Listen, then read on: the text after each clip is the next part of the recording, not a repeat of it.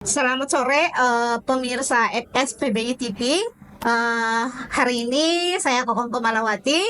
Saya sedang berada di Sekretariat FSPBI dan sudah hadir bersama saya Mbak Haryati Sinaga, pengajar kajian gender Universitas Indonesia, sekaligus Sekjen Serikat Pekerja Kampus. Selamat sore Mbak Ati. Selamat sore Teh Kokom, saya panggil Teh Kokom ya. Iya. Nanti saya juga biasa panggilnya Mbak Ati ya biar lebih enak ya. Iya, Teh. Mbak Ati sore ini kayaknya kan biasanya Mbak Ati ngajar nih ya di UI Salemba. Sore ini Mbak Ati ada di sini jauh-jauh di Tangerang. Ini ada apa nih Mbak? Dalam rangka apa Mbak kesini? Iya Teh, jadi tadi pagi itu dari pagi sampai siang tuh kita barusan melakukan workshop tentang implikasi pengelolaan rumah tangga buruh terhadap gizi buruh perempuan. Sebenarnya workshop ini sebagai inisiasi ya antara aku dan juga teman-teman di P2RI, Aliansi P2RI sebagai tindak lanjut dari hasil survei Komite Hidup Layak gitu ya tentang bagaimana banyak buruh itu ternyata terlibat atau harus berhutang gitu. Dan sebelum diseminasi itu juga aku sempat ada ide gitu untuk membahas tentang gizi. Dan kebetulan juga pemerintah sekarang kan juga sedang fokus juga nih Teh dengan isu gizi meskipun pendekatannya beda gitu ya. Sehingga timbullah gitu ide ini untuk bagaimana menggabungkan antara follow up dari riset Komite Hidup Layak dan implikasi terhadap gizi itu sebagai satu kesatuan, dan itu memang tidak bisa dilihat secara terpisah, ada implikasinya juga gitu. Dan meskipun persiapannya sangat pendek gitu, tapi memang kita juga tidak mengharapkan ini hanya sebagai acara yang hanya satu kali saja, tapi bisa juga memantik diskusi-diskusi lainnya atau berikutnya yang terkait dengan isu ini. Kira-kira begitu Teh. Oke. Jadi Mbak Ati kesini berdiskusi tentang gizi buruk. Ini kayaknya menarik ya, karena kita tahu biasanya di serikat itu lebih konsen dengan isu upah, isu PHK, isu union busting. Tapi sekarang ini di tengah kondisi bulan-bulan sekarang, serikat buruh sedang ramai memperjuangkan upah, bulan-bulan perjuangan upah. Ada workshop tentang gizi buruh. Nah, pertanyaan selanjutnya Mbak. Beberapa minggu lalu Pak Prabowo sudah mengumumkan nih kenaikan upah 2025 sebesar 6,5%. Nah, kira-kira dengan kenaikan 6,5% ini bisa nggak sih itu memenuhi kebutuhan gizi buruh dan keluarganya? Oke, kalau mendengar atau membaca pernyataan pemerintah kan alasan atau dasar penetapan 6,5% itu kan untuk menyeimbangkan antara bagaimana membantu meningkatkan daya beli masyarakat dan juga memperhatikan kemampuan pengusaha gitu ya. Tapi kalau kita lihat sederhana saja ya Teh ya, dari kebijakannya pemerintah yang lain yaitu adalah akan menaikkan PPN gitu menjadi 12% gitu. Itu yang sebenarnya secara realitanya gitu ya, itu kan bukan hanya kenaikan 1% tapi sebenarnya 9%, tapi bahkan hitung-hitungannya itu implikasinya terhadap harga barang-barang itu akan mengalami kenaikan sebesar 20%. Nah itu dari situ saja gitu, belum sampai kita bicara hitung-hitungan yang lain, itu sudah tidak sesuai. Kenaikan upah 6,5%, sementara harga kemungkinan dampak dari kenaikan PPN itu bahkan 20% terhadap harga-harga barang gitu. Itu saja tidak cukup. Tentunya kalau kita lihat dari situ saja gitu, itu bisa berimplikasi terhadap pengeluaran rumah tangga buruh yang tentunya akan jauh lebih besar lagi daripada kenaikan upah yang mereka peroleh. Dan implikasinya apa? Hubungannya dengan workshop kita kali ini gitu ya, bahwa pengeluaran yang lebih besar, otomatis strategi yang ada kan salah satunya yang temuannya dari survei Komite Hidup Layak itu adalah mengurangi konsumsi sehari-hari gitu, termasuk konsumsi makanannya, yang tentunya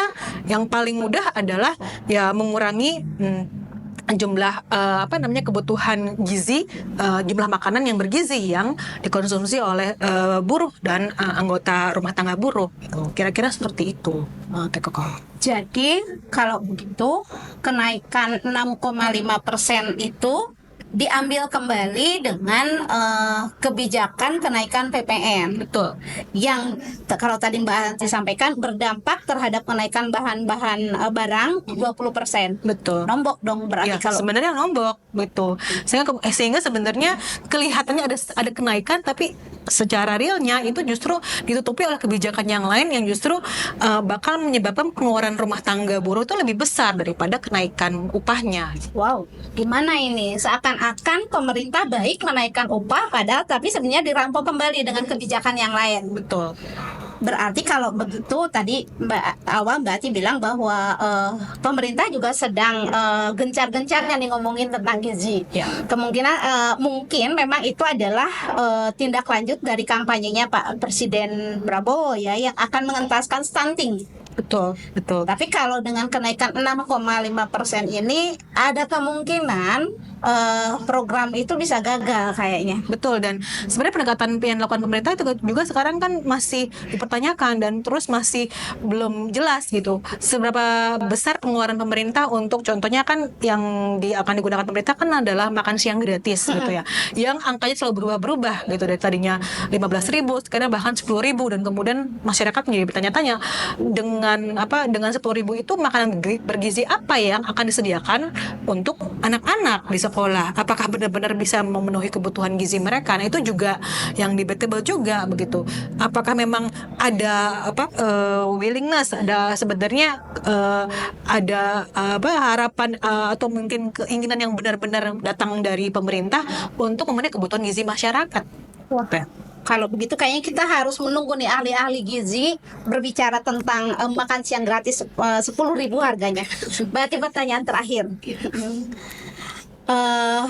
Apa saran dari Mbak Ati untuk kawan-kawan buruh, kawan-kawan serikat buruh khususnya dengan kondisi saat ini, di mana kita tahu bahwa ternyata pemerintahan sekarang tidak jauh beda dengan rezim terdahulu yang menjalankan politik upah murah. Ini kondisi yang sulit gitu kan, tapi mau bagaimanapun juga kita sebagai untuk kawan-kawan yang gerakan mungkin Mbak bisa memberikan saran atau apa sih yang bisa dilakukan oleh kawan-kawan? Oke, memang ketika mendengarkan temuan dari Pak survei dari Komite Hidup Layak gitu ya, bahwa sebagian besar akhirnya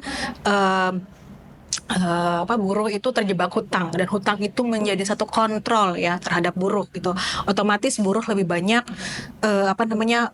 waktu yang dihabiskan untuk lembur gitu, untuk bisa membayar utang, sehingga waktu dan energi yang diberikan untuk berserikat, misalnya satu-satunya cara di mana kita bisa memberikan tuntutan atau menekan pemerintah itu kan dengan berserikat ya, karena memang hanya serikat yang membicarakan tentang upah gitu ya.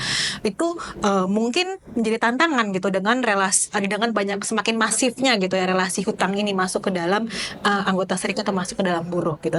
Tapi juga ada celah yang kita bisa gunakan gitu ya, yaitu adalah kalau kita tadi bicara isu gizi gitu ya, isu pangan itu bisa masuk dan menghubungkan dengan isu-isu lain yang terkait gitu ya. Misalnya masalah pangan itu kan bukan cuma masalah upah gitu, tapi ketersediaan pangan itu berarti kan ada hubungannya seberapa seberapa mampu pemerintah memberikan atau menentukan harga pangan yang bisa dibeli oleh masyarakat, dan itu salah satunya adalah bagaimana keberpihakan pemerintah terhadap petani misalnya. Yang ada sekarang kan adalah proyek-proyek pemerintah itu justru tidak berpihak pada petani gitu.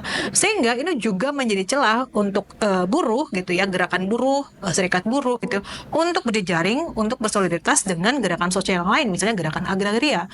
Karena ya untuk apa misalnya setiap tahun gerakan buruh menuntut pada upah gitu, tapi kalau misalnya harga-harga barang tetap akan naik gitu, otomatis seberapa pun tinggi upah, kalau memang ketersediaan pangannya juga terbatas akibat tadi ya ketidakberpihakan pada petani gitu ya, itu justru tidak ada gunanya gitu. Pada akhirnya tidak akan mampu nih buruh untuk bisa membeli pangan yang cukup dengan kebutuhan gizinya. Nah, kemudian isu gizi juga kan menyangkut isu air gitu ya. Ada air bersih yang juga penting untuk keseimbangan gizi. Nah, itu berarti kan juga menyoroti isu lingkungan gitu. Lingkungan termasuk lingkungan kerja gitu kan.